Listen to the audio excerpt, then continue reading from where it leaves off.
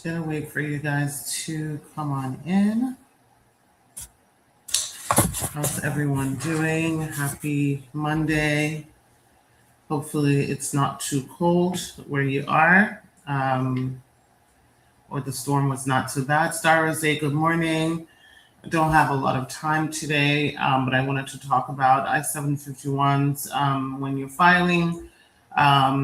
Basis changes. If this is your first time, welcome.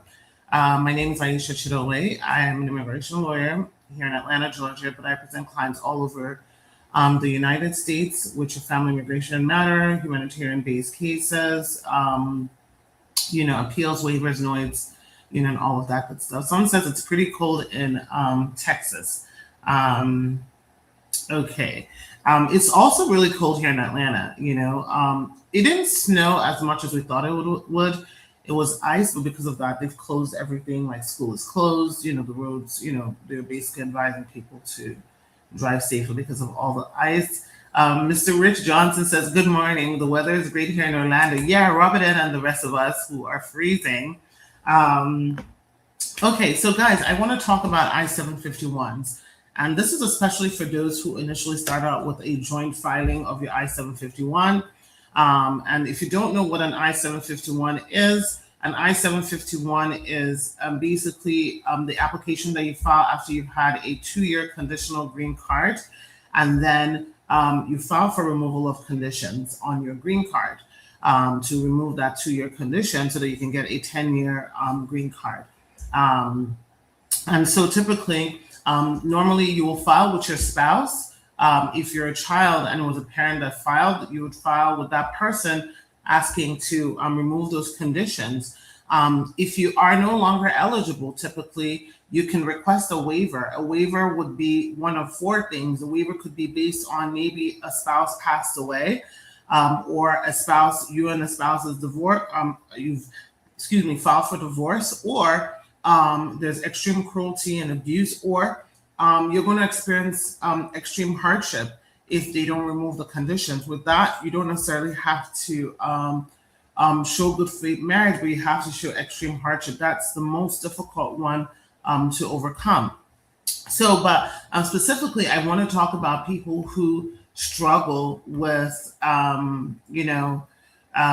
like when you file for your joint filing, and you and your spouse are having issues, and you're just like, oh my goodness, what should I do?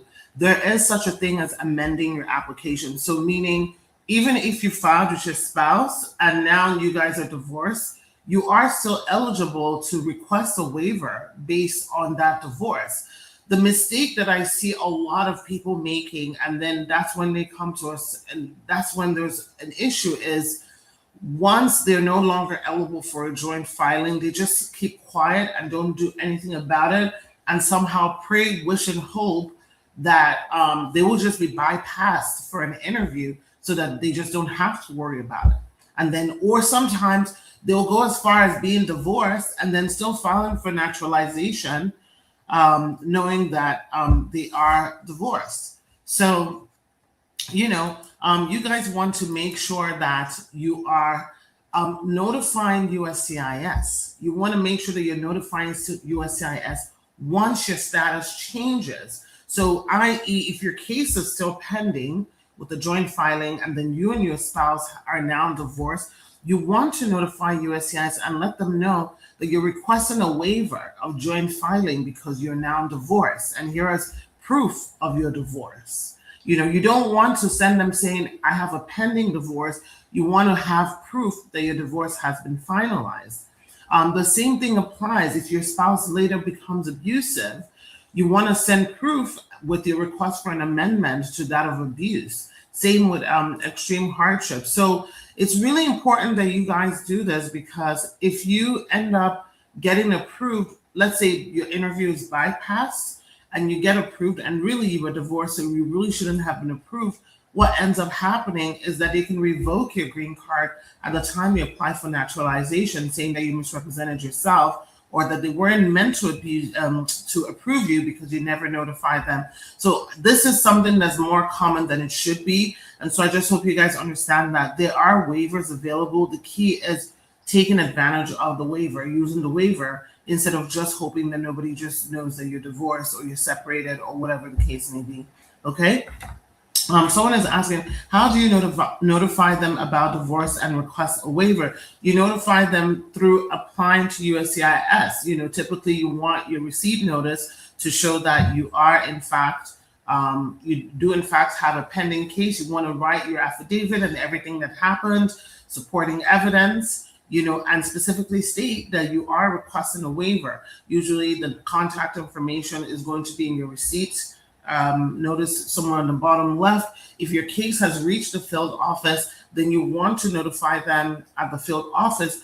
And sometimes if you've not had enough time, sometimes what we've done is we have prepared all of that and taken it to the interview. And at that time, did the explanation there. So there'll be different opportunities for you guys to do that. And this is really important because with I-751s, if your case is denied, they have to refer it to deportation proceedings. So that's why you want to do what you need to do early on, okay? I have 18 months in I-360 VAWA. How many more months? I don't know your case or how many more months, but for VAWA cases, you should fully expect at least 3 years in the process. Franklin says, good morning. Snow is taking over in New York and New Jersey. Sorry about that. Snowed in Maryland. I guess most of us, have snow or ice somewhere here. Okay, let's see what other questions we have here.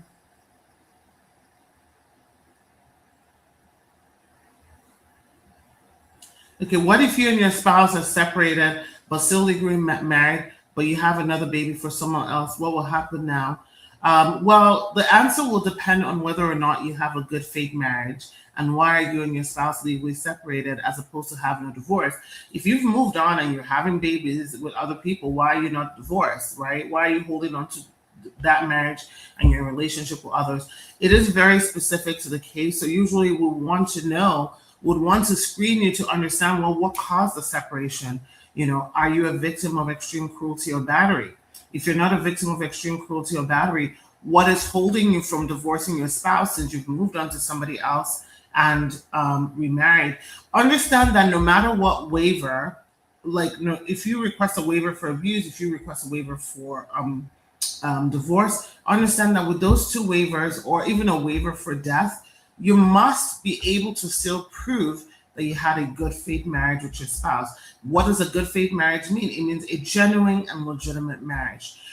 I did a live last week. I want to say either last week, Wednesday, Tuesday, or Monday. I can't remember, where I literally went through, here are some examples of things people submit for good faith marriage. So you can find that to see what it is. So that doesn't change. You have to present that. The only time where it's relaxed in that is when you're able to prove extreme hardship. And understand that extreme hardship is different from hardship. Your hardship has to be extreme, meaning that it's not a normal hardship that if they deport you, you're going to have to find a job, you're going to have to find extreme hardship, that it's so extreme what is happening, that most normal people would not face this if they were in the same situation, okay? Ahmed says, I submitted my VAWA case on November 2022. I got an EAD card and many prima facie letters. What should I expect? When should I expect to get a decision from USCIS? And is there any way to inquire about my case? Thank you. Ahmed, the answer is really going to depend on what country you're from, if you're one of those with an adjudicative hold or not. If you just did it in November, then you're just about the 3-year timeline. This would be a good time. You can definitely write to USCIS. Now USCIS will allow, if you're able to do your credentials and identify yourself, you can do a phone call, even if you have a valid case, once you're able to identify yourself, to see what the status of your case is. If you are working with a lawyer, the lawyer can usually reach out to the attorney hotline just to see the status of the case or what's happening. But I suspect that you're probably going to hear something relatively soon if you're not from one of the countries with an adjudicative hold. Okay. Good morning. Does a U.S. travel ban impact marriage for a Nigerian citizen who holds a U.S. B1, B2 visa? I don't know if I understand your question. Which ban are you talking about? Are you talking about if you're outside the U.S. or inside the U.S.? So because there's no ban inside the U.S. Let's be very clear. you can adjust your status. It's on hold for a decision, but there is no ban. If you're outside the US, there is a partial ban. So clarify for me, then I can answer the question. Someone is asking what's the cost to hire you? Well, there's so many case types and so many costs depending on the case type. The best thing is to schedule a consultation. It's $150. We'll go over what you're eligible for, and then we'll go over the costs and also the payment plans that we have available once we know. Okay?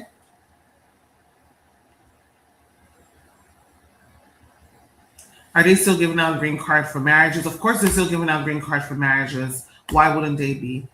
They are still giving out green card for marriages. Again, depends on what country you're from, whether you're applying from outside the US or whether you're applying for green card inside the US, but they are definitely still giving out green cards.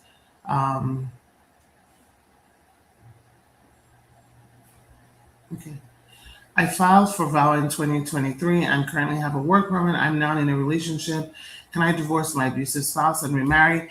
So here's the thing, that is a personal choice and a personal decision. Personally, I've said this time and time again on this live.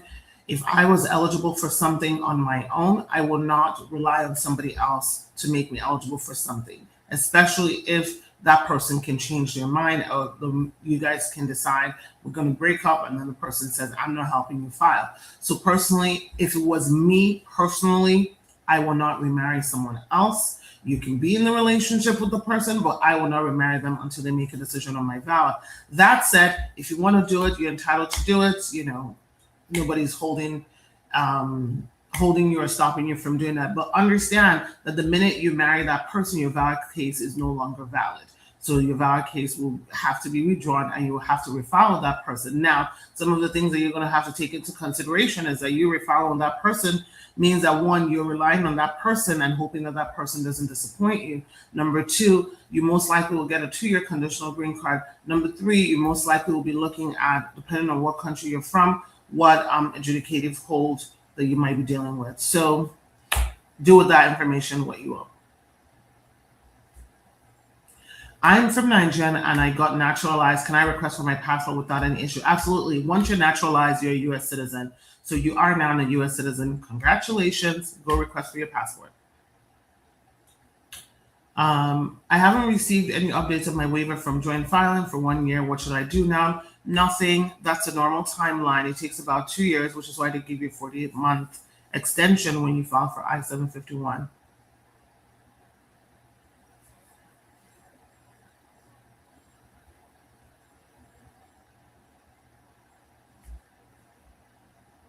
Can a credit card debt cause you to be deported? No.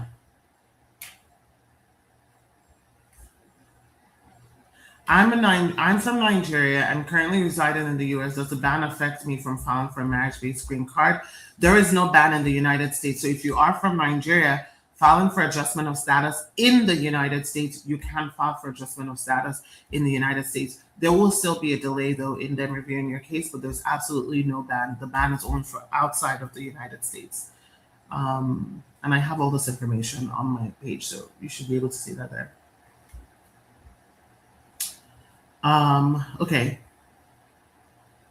Attorney, can you all support with I-751 post the interview? We're in a genuine marriage with 2 kids. We had a consultation with one of the attorneys from your firm. What support are you looking for? I'm not sure because I don't know who you are and what you qualified for the consultations. If you've had the interview, what is the issue?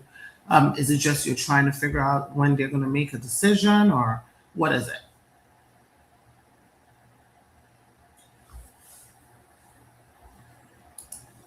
If you are from a banned country, but you have